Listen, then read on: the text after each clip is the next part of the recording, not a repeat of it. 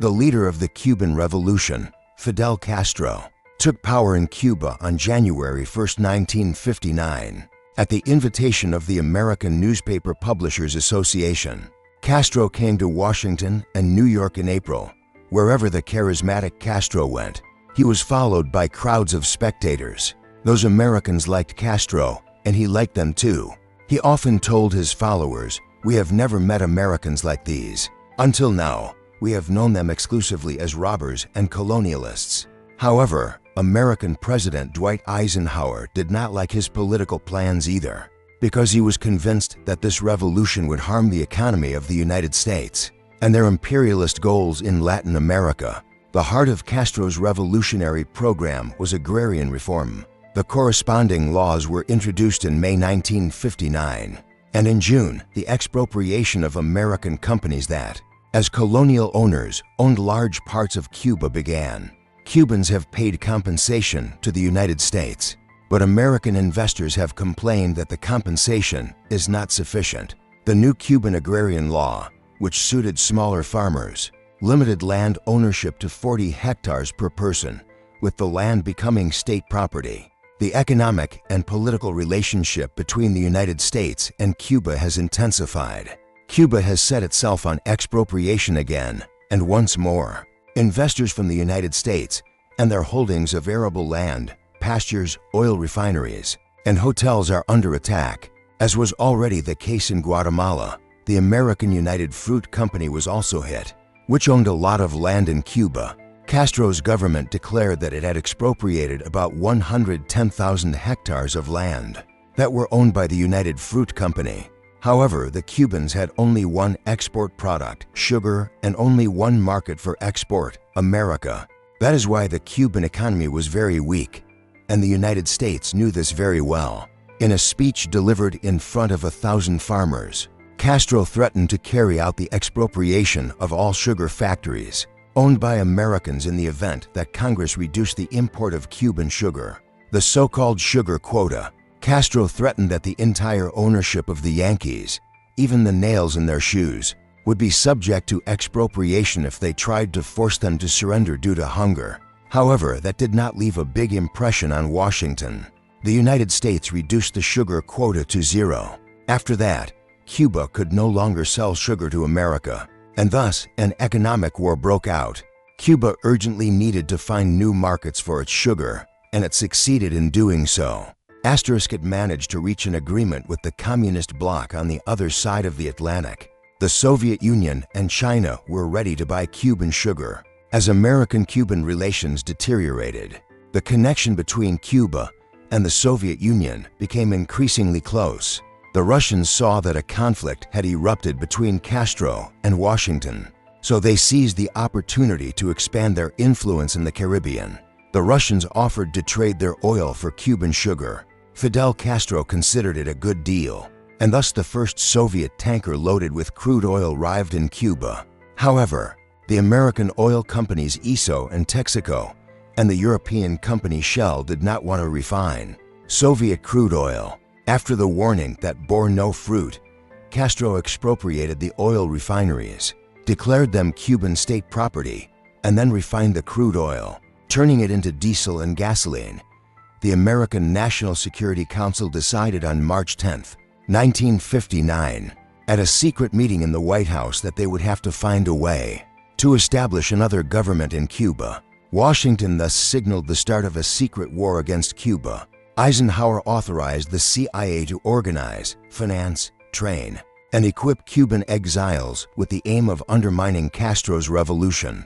The CIA initiated cooperation with Cubans who were not at all pleased with the Cuban Revolution, who hated Castro and therefore emigrated to America. For President Eisenhower and Vice President Nixon, it was important that the existence of this American army remained a secret. Therefore, the military training of these Cubans living in exile took place in Guatemala. American planes without markings transported Cuban exiles from the lonely Opa-locka airport in Miami to a secret military airport in Guatemala. In addition to preparing for the invasion, American intelligence agencies planned the liquidation of Castro. To achieve that goal, they carried out several assassination attempts on the Cuban president. They were secret for a long time and were not known. The attacks on Castro were not just an assassination attempt from the very beginning. One idea was to spray his radio studio with a chemical that causes effects similar to LSD. The second idea was to treat his cigarettes with a chemical that causes loss of orientation. Animals were tested with a hair removal chemical, with which the castration was supposed to remove the beard, because CJ was convinced that a castrated one without a beard would not look that good. CJ even collaborated with the Mafia. During Batista's dictatorship, the Mafia owned casinos in Cuba when Castro took power. All the casinos were closed. This stopped Havana's annual flow of money, amounting to several $100 million. What people see in cinemas and James Bond movies, and what most mock as exaggerated fabrications, actually happened in the real world. Castro quickly learned through his intelligence service that a secret American military unit was being trained in Guatemala, and so Cuba has once again made it to the agenda of the United Nations. And the Cuban Minister of Foreign Affairs, Raul Roa, has urged the World Peace Organization to investigate whether the United States is preparing an invasion of Cuba. However, the American ambassador firmly dismissed the numerous accusations as a horrific distortion of the truth and complete falsehoods. The Soviet ambassador to the United Nations, Valerian Zorin, was very angry. Zorin warned that with the latest warfare technology, the distance between the most remote points on the globe can be covered in just a few minutes. It was clear to everyone present that the team was pointing to the use of nuclear missiles, which were possessed by both the United States and the Soviet Union.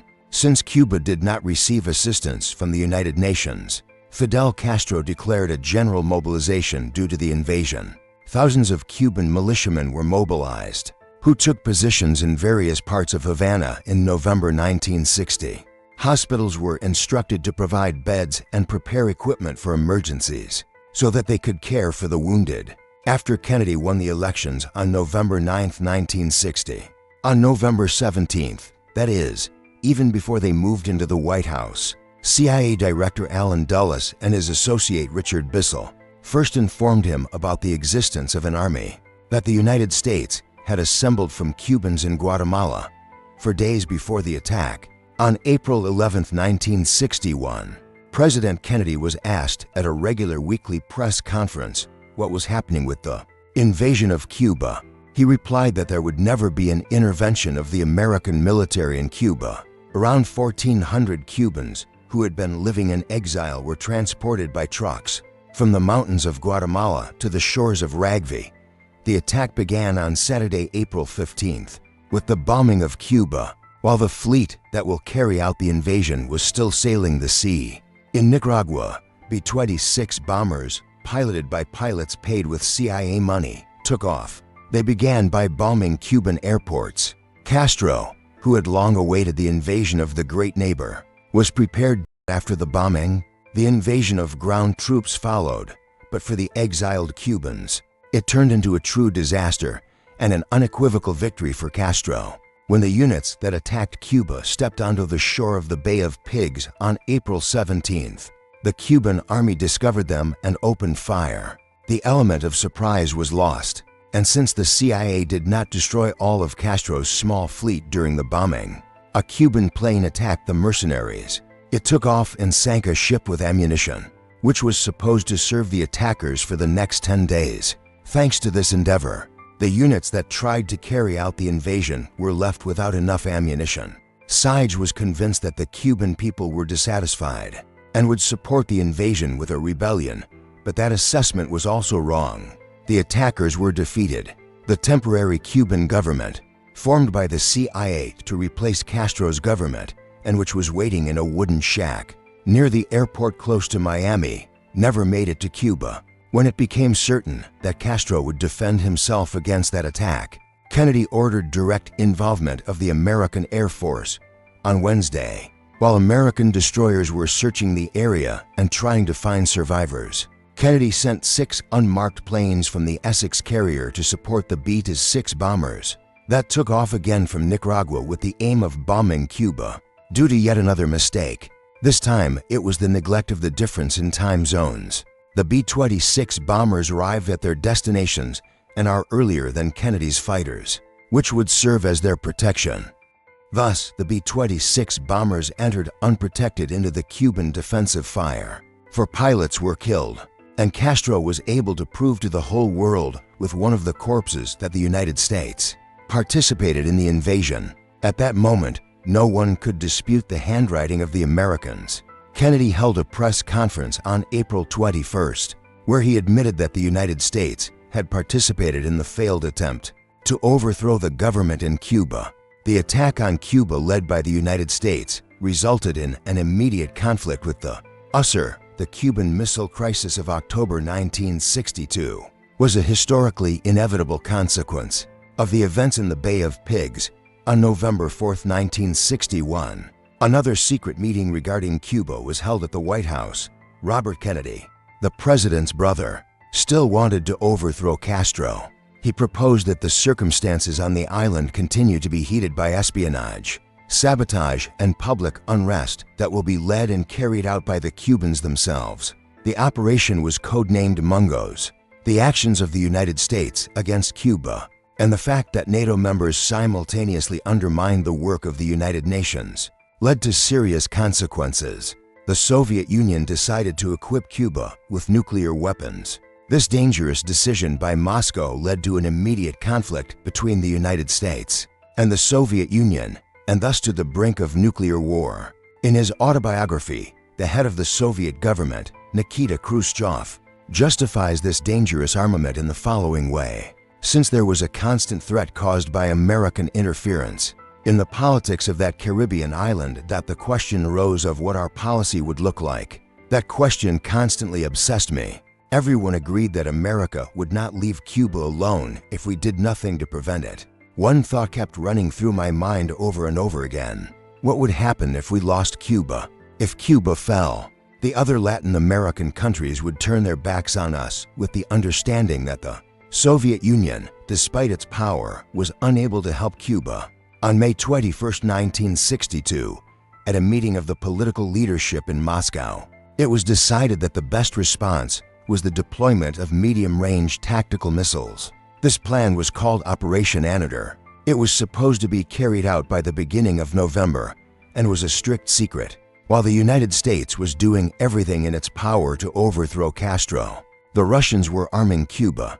It was a real race. The Russians have started Operation Anadyr and sent tanks, fighters, helicopters, jeeps, trucks, and anti-aircraft missiles, bombers, and 50,000 soldiers across the Atlantic on ships Kokubi. The source of the Operation Anadyr was the deployment of a total of 60 missiles, with nuclear warheads, including 36 medium-range or 12 missiles and 20 for long-range or 14 missiles. The warheads and missiles were delivered by different ships. Only the medium-range missiles reached Cuba, while the long-range missiles never arrived, as the Soviet ships were stopped and returned to the Soviet Union. The first ship set sail on July 12, 1962, and arrived in Cuba 2 weeks later. A total of 85 passenger and cargo ships made about 150 trips between the Soviet Union and Cuba in July, August, September, and October. Everything was kept in strict secrecy.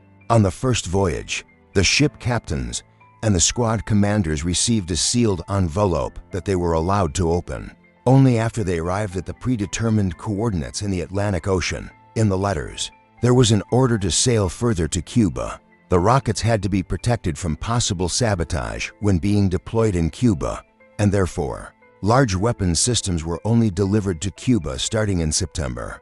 36 medium-range rockets were transported by 2 ships, Poltava and Omsk, which arrived in Cuba in mid-September. Their warheads arrived on October 4th. When President Kennedy delivered his television address on October 22nd, already half of the medium-range R-12 missiles had been set up so that they could be fueled. This is a process that takes about 18 hours. None of those missiles had yet been programmed for flight. The warheads were still in the bunkers. Therefore, the nuclear missiles were not yet ready for use. The Cubans rejoiced at the additional armament. The fact that, in addition to tanks and trucks, nuclear missiles also arrived on the island was a closely guarded secret. On Sunday, October 14th, an American reconnaissance aircraft entered Cuban airspace at a high altitude and photographed the positions of deployed missiles. In comparison to today's technology, back then the transmission of images was very slow. The photographs were developed and analyzed on Monday, and they were shown to the president only on Tuesday. The photographs confirmed that Cuba was in the midst of arming with nuclear missiles. President Kennedy immediately summoned his closest advisors to the White House and established an executive committee of the National Security Council. Kennedy was clear that there was a danger of a nuclear war breaking out. The mood was very tense. Meetings in the White House took place in strict secrecy to avoid attracting the attention of journalists. With the sudden arrival of a large number of black limousines, it was sometimes necessary to cram as many as 9 people into one limousine. Neither Castro nor Khrushchev knew that the United States had discovered the missiles. By October 22nd, they had not informed either their NATO allies or the American Congress. As soon as the rockets in Cuba are in a state of combat readiness, an airstrike on Cuba would be extremely risky. Moreover, a naval blockade would become meaningless once the weapons were already in Cuba. Kennedy and his advisors immediately decided that they had to force them to remove the missiles. The question of how to achieve that goal was the main topic of the Executive Committee meeting. The United States did not want to explain to the Security Council how the Soviet Union had no right to place missiles in Cuba. There was the first and only Soviet base with nuclear weapons located in Cuba, while the United States deployed its nuclear Jupiter missiles in Italy, nuclear missiles of the Thor type in Great Britain, and from 1961 nuclear missiles of the Jupiter type in Turkey. In close proximity to the Soviet Union, recorded conversations show that even the American president did not know where all the American nuclear missiles were deployed. Kennedy asked at one meeting, "Why did Khrushchev place them there? It's like if we in Turkey deployed a larger number of medium-range missiles. I assume that would be damn dangerous." His national security advisor to the gang replied, "But we just did that, Mr. President. When it comes to military strategies, the most intense version was a heavy airstrike followed by an invasion. And that is exactly what the generals from the Pentagon wanted. A slightly less intense option would be a surgically precise airstrike on selected targets. The softest option was a naval blockade that did not require either an invasion of the island or bombing." After 6 days of deliberation, Kennedy opted for the naval blockade. President Kennedy addressed the nation on October 22nd via radio and television, with a speech in which he described the situation in the Caribbean and pointed out the danger of the deployment of Soviet missiles in Cuba. In conclusion, Kennedy said that any missile launch from Cuban territory towards the territory of any state in the Western Hemisphere would be considered an attack by the Soviet Union on the United States. The speech, as well as the diplomatic military actions taken by the American government afterward, were the culmination of the Cuban Missile Crisis. Two great powers were half a step away from a nuclear catastrophe. The next day, on October 23rd, Kennedy signed Directive No. 3504 on the introduction of a naval blockade for all types of offensive weapons imported to Cuba. NATO members, Great Britain and France unanimously supported America and demanded the withdrawal of Soviet missiles. The British ambassador claimed that the nuclear weapons of the United States are necessary and that there is nothing controversial about it. Thus, the pattern of the discussion became clear. NATO considered its own missiles to be defensive, while it referred to Soviet missiles as offensive. The Warsaw Pact countries led by Moscow viewed this quite differently and demanded the immediate lifting of the naval blockade. The aim of the long series of American acts of aggression, claimed Romanian Ambassador Mircea Malica, was the overthrow of the legitimate Cuban government. The Soviet leadership became aware of the order to the American Strategic Air Command on October 24th. Through radio interception, prepare for a nuclear attack. The American invasion of Cuba was supposed to take place on October 26th. On that day, all air defense units stationed in Cuba were put on alert. American bombers equipped with nuclear bombs were constantly in the air, ready to attack targets in the Soviet Union. The American Army was waiting in the southern United States for orders ready to attack Cuba. Soviet ships and submarines were sailing between Cuba and the Soviet Union at Cuba. Soviet soldiers were working on the launch pads to ensure that nuclear missiles were ready for use. Soviet ground troops were equipped with tactical nuclear missiles that could, in the event of an invasion, be fired at American troops. Castro expected an invasion, and therefore his army was on guard at their positions. It seemed that hell was very close. The Minister of Justice and the President's brother Robert Kennedy met on the evening of October 27th with the Soviet ambassador to America, Anatoly Dobrinin, and on behalf of the President, stated that the United States would take action if the Soviet strategic missiles were not immediately removed from Cuba, being forced to start hostilities no later than the first days of next week. He added that the President wants to avoid war at all costs, but the risk of military disaster is increasing every hour. Therefore, the parties need to agree literally in the next few hours. If the deployment of missile bases in Turkey is the only obstacle to reaching a solution, the President of America does not see insurmountable difficulties in resolving this issue. After all, the deployment of missile bases in Turkey was formalized by an official NATO decision. However, the President is willing to negotiate this issue behind the scenes. Moscow was also disturbed by the development of the situation. The Khrushchev Presidium of the Central Committee was prepared for the fact that fatal messages from Cuba could arrive at any moment. Meetings were held daily.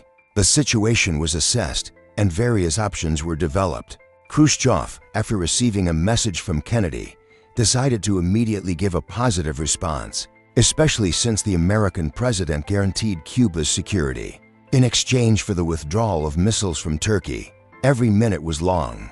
It was decided that the response of the Soviet government as a whole would be publicly broadcast on Moscow radio, which was a unique case in world diplomacy.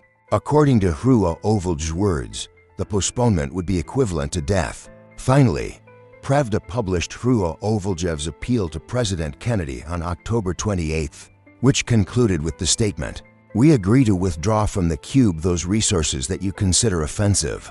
We agree to implement this with the resolution of the United Nations. Your representatives will make a statement that the United States will withdraw its funds from Turkey." The President of the United States did not delay in responding.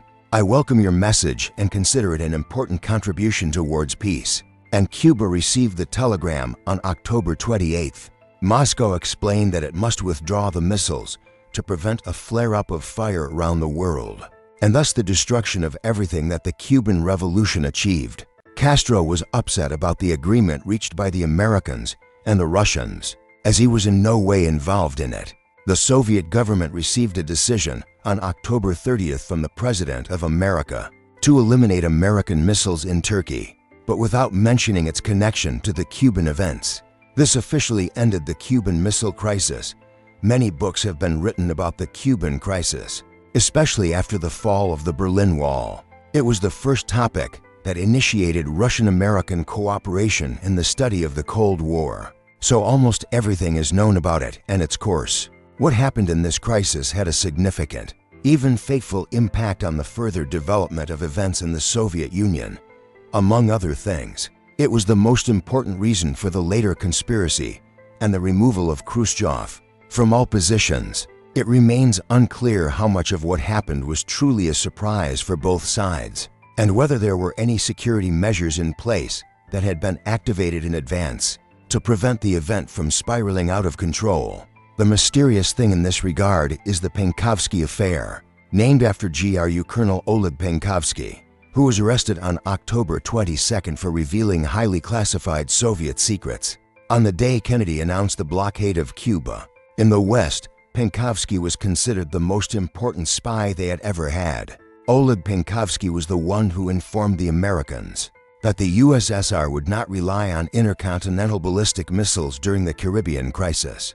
Already on medium-range ballistic missiles are 12, which were later discovered by American reconnaissance planes in Cuba. Penkovsky also provided accurate information about military plans and the likely strategy of the USSR in a possible conflict, including the potential occupation of West Berlin as retaliation for the American invasion of Cuba.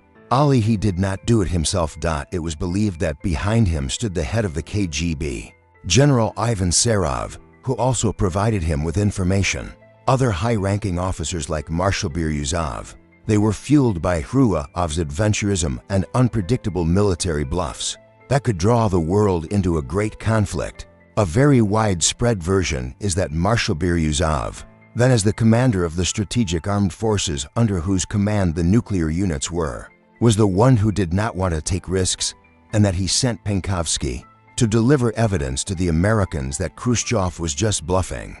Khrushchev was replaced 2 years later, on October 14, 1964, and just 5 days later, on October 19th, the chief of the General Staff, Marshal Biryuzov, died in a plane that crashed into Avala while coming to the celebration of the liberation of Belgrade. On that occasion, a total of 32 people perished, including the entire Soviet delegation. Among the dead were also some prominent conspirators against Khrushchev and associates of Shelepin, the pretender to the Soviet military instead of Leonid Brezhnev. The then head of the Yugoslav Security Administration, General Ivan Miakovic BRK, said that the Soviets only asked about this incident once and were no longer interested in the details of the investigation. Thus, the Cuban crisis may have found its epilogue on our scale.